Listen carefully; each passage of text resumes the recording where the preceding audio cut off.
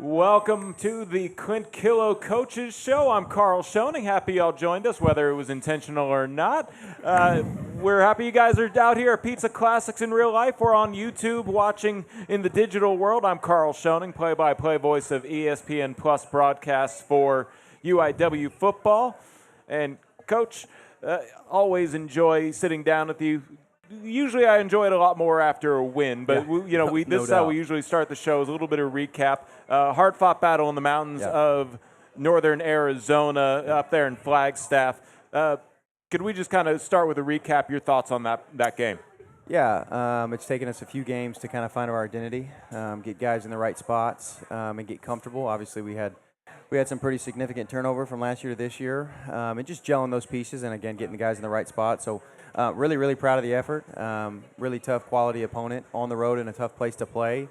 And I thought that they responded for 60 minutes. You know, I think that there was a number of times where the ball just didn't bounce our way. And, in my 2.5 years as the head football coach here, the ball's bounced our way quite a bit. You know, we're 21-8 in all of our games, and the ball's bounced our way. So we take the losses with the wins, and we got to move forward. But there's a ton of really good things on tape that we're going to be able to build on and carry momentum through as we finish off this non-conference and get into conference play. Yeah, and that kind of did feel like a game where things were bouncing in the way of the Lumberjacks, in particular that Hail Mary at the end of the first half. That must have been a lot of momentum for them and a backbreaker for y'all. But taking away the positives, E.J. Colson had his first start of the season, and he put on a show. I thought he was very impressive with 292 yards and 2 touchdowns in the air, 59 yards on the ground on 13 attempts. And I think that's, for me, the most exciting player in college football is a dual-threat quarterback. Yeah. So, what kind of elements to your playbook does that open up, having somebody that you know can run? Yeah, a ton. And again, we're getting guys in the right spots, and we're finding our groove and meshing, especially up front in protection on the offensive line. And his feet give us the ability to make things right when the bullets are flying and when we're going fast, because with the amount of tempo that we have, that's an added element. You know, that's a dynamic to where a negative play on second down that puts you in a 3rd and long could end up being a first down because he could pick it up with his legs, or so on and so forth. Obviously, we need to continue to grow as a football team, because the one thing that I was very unhappy about from the game was the penalty count. You know, because EJ had some explosives, and those numbers were a little deflated because of penalties on explosive plays. I mean, he got out on a huge run for about 35 yards, and then he flipped another one out to Chaden for a huge play that got called back. So we have to clean those things up, and from a discipline standpoint. But, some of those things are a product of the game too, and I'm going to continue to harp on those things and how critical they are, just because, again, a game like that is 1 to 2 plays, and especially when you got a guy like number 2 at quarterback. You talk about the Hail Mary right before half. Well, 4 plays prior to that, they punted the ball, and it hit off the punt returner's head like it was a soccer game and went right through our hands. Yeah. And then 4 plays later, they threw a Hail Mary. So you're looking right there. We get the ball on the plus side of the field on the 40. We end up with a field goal, or there's a 10-point swing just based on the result of 1 play. So we can't hurt ourselves with penalties, especially when we got a guy back there like number 2, because I think he's special. I really do. I think he's a natural leader. He's got moxie. He's a gamer, and he doesn't shy away from a challenge. That's for sure. Yeah, for sure. And continuing on the success that you have on the offensive side, Jamison Garcia continues to have a breakout season, 116 yards on 6 catches last week. Yeah, Jamo's been incredible. He was actually the last signee that I had as a position coach back in 2023. So I got a unique relationship with Jamison. You're taking the credit? Yeah. No, but I got a unique relationship with Jamison, because just I really enjoyed my time as a position coach, and in that receiver room we really we had some special moments, and I was able, when you become the head coach, you got to recruit every single position, and when you're the position coach, you kind of build unique relationships with guys, because I'm recruiting my position. I don't have to worry about the receivers, the running backs, the quarterbacks, the tight ends, the O-line, the D-line, the DBs, linebacker, so on and so forth. So really, really proud of JMO, especially because over the last couple of years, he's really matured, and he's really gone through some real growth, not only on the field but off the field. I think his mentality right now, his mental space is strong, and I think the last couple of years he's put his head down, He's taken hard coaching. He's trusted the process, so he's earned all the success that he's having. And obviously it's been a little bit heightened too with Jalen Walthall being out. Jalen Walthall's first game back since the Nichols game was on Saturday as well, so he's getting back in the groove. So anytime you have two playmakers on the outside, it's great for an offense. Yeah. Unscripted question based off your last answer. How does the recruiting work? So I guess a glimpse of how it at least worked when you were a position coach. Yeah. As the position coach, you're out there trying to find talent for your position, or is that something that maybe you've changed up as the head coach? Yeah, I mean, it's a holistic approach. It's kind of cookie cutter in college football, to be totally honest with you, in terms of gathering information, and that's the name of the game. How much information can we gather? How many different opinions can we get from trusted sources? And obviously, we get high school prospect lists, you get junior college prospect lists, and there's so many different databases with the portal and whatnot. So we divvy all that up as a whole staff, and then it's filtered into positions, and then those position coaches kind of filter through and identify the guys that we think can be successful in our system. And then they greenlight it, then the coordinators greenlight it, and then I'm kind of the final. All right, I'm good with it. Yeah. Which for the most part, I trust my coaches. We've done a good job of bringing good players into this place for a long time. So you got to trust your staff to work. Is there anybody that has reached out to you that you ended up discovering because they initiated contact? Because I don't know if I've told you, but I get a lot of high school players trying to be recruited, see the UIW affiliation. I guess they're hoping that I see the tape and pass it along to you. But is there something to those who are assertive out there on the social media sphere? I'll tell you this, and this is true. This is probably going to sound bad, but I got a couple. I got a lot of unread emails. Okay. I believe that. Yeah. So you there's so much information out there, and there's so many recruitable kids that you kind of have to focus on trusted sources. And I think the most trusted sources is Texas high school football coaches. When you're recruiting the high schools, when you're recruiting the junior college, I want to talk to their coaches. And the portal guys, you kind of got to get a little bit unique in terms of you got to just dive into different relationships and get stories on those guys, because there's a ton of talented guys out there. But you got to dive in and get the backstory, because they've changed schools for whatever reason, and you want to make sure that they can fit you culturally, not just athletically.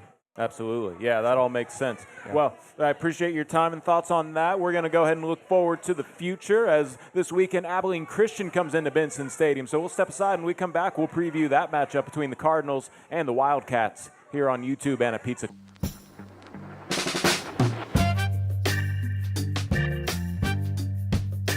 If sweat is your body's natural way of cooling itself down, then condensation is a beer's natural way of saying, drink me. Michelob Ultra, superior light beer. Life is meant to be lived in motion, in the moment, on the go.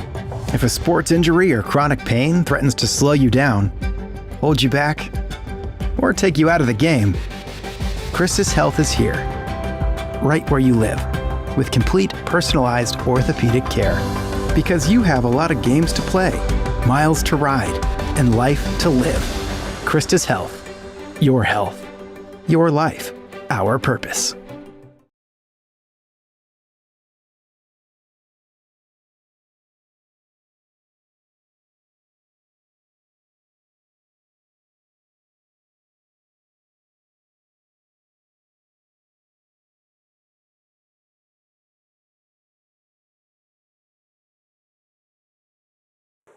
All right, we're going to try this where we turn this up. All right, sounds good. Y'all can hear me a little better out here at Pizza Classics? All right, yeah. Well, once again, I'm Carl Schoening along with Clint Killough, if y'all didn't catch that at the beginning. Coach, welcome back to Benson Stadium this weekend. It'll be your last non-conference tune-up before you get into Southland Conference play. And I want to make sure I get this right. It is Faith and Family Day and Hispanic Heritage Night and Faculty Appreciation, 6 p.m. kickoff against Abilene Christian this weekend at ECU. But, that's just a big game that we're trying to, really, if you guys are out here and you didn't know about it, you should come on out. It'll be a good time out at Benson Stadium.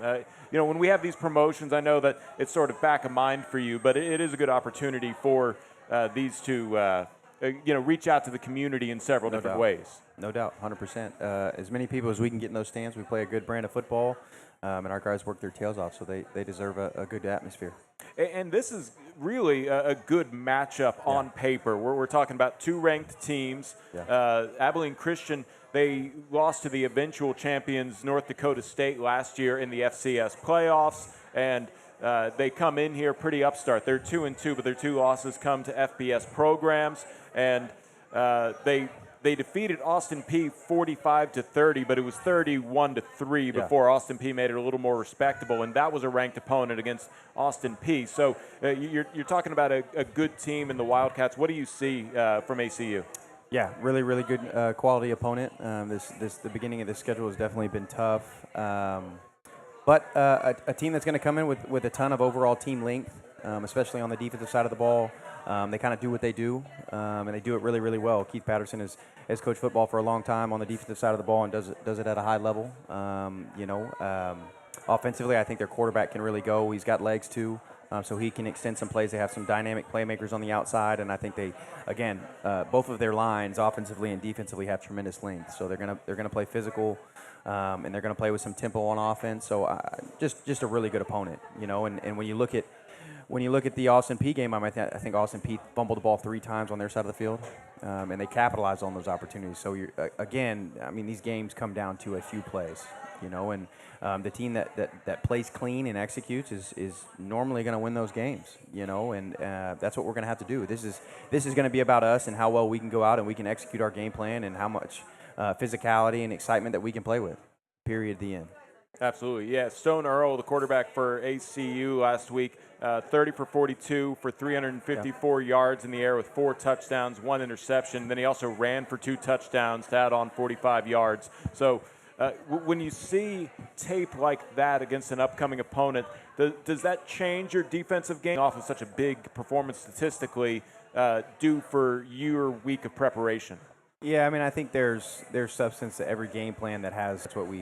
That's what we do Monday through Tuesday. We stay up there all day long, pretty much just making sure that we can kind of manipulate who we are, the core of who we are defensively and offensively in special teams, and then adjusting it, week to week.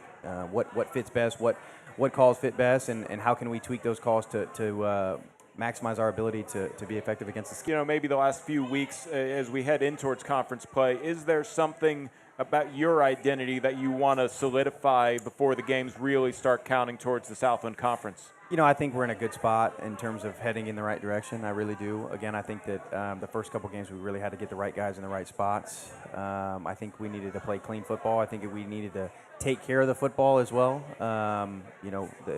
Get rid of the penalties. We have way too many penalties on the football field right now. But I like the rhythm that we're playing with. I like the direction that we're going in. And again, I think that we showed some real resiliency this past week. Anytime at half, you got a Hail Mary thrown on you, and you're down 2 scores going into the half, and then you come back and you battle until really the last drive of the football game. We're going in the right direction, and we just got to keep heading that way. That's how it'll be. Or anything on your team that's going into this week that has been on your mind? I feel good. We're ready for we're ready for the program. Since I've been the head football coach, and even prior to me becoming the head football coach, and I think that it's going to happen in games. The ball's not going to bounce our way from time to time, and what we can't do is feel sorry for ourselves or make excuses or point the finger or anything like that. It only takes one win to get the ball rolling. Because we have the talent, we have the scheme, we have the coaches, we have the whole 9 yards. But this is how it goes sometimes. And you got to lean into it to get over that hurdle. And once you do, it starts clicking. Again, I think the rhythm of what we're playing with, especially offensively, is really starting to click. I think we had 450 yards of offense. We had an explosive score. We scored in the red zone. We scored on the goal line. Defensively, we've been really, really strong against the run. So we're getting close to really catching some rhythm and catching our stride. And I'm confident in this organization. Absolutely. Well, next segment, we're going to get a little personal. I'm just going to ask you some fun personal questions, see what you got. I'll give you a heads up on what they are during the commercial break, so I'm not throwing any curveballs at you. But if any of y'all want to sneak in a quick question for Coach Killough, we got about a minute on this break, and then we'll see what he answers for us. So, yeah, we'll step aside here on YouTube and at Pizza Classics, and we'll be right back.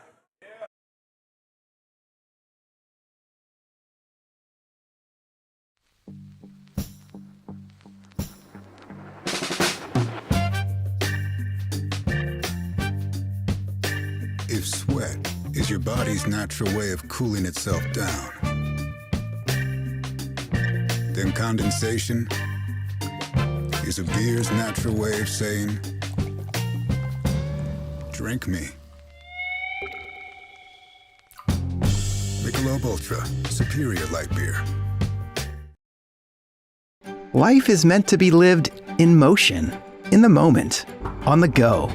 If a sports injury or chronic pain threatens to slow you down, hold you back, or take you out of the game, Christus Health is here, right where you live, with complete personalized orthopedic care. Because you have a lot of games to play, miles to ride, and life to live. Christus Health. Your health. Your life. Our purpose.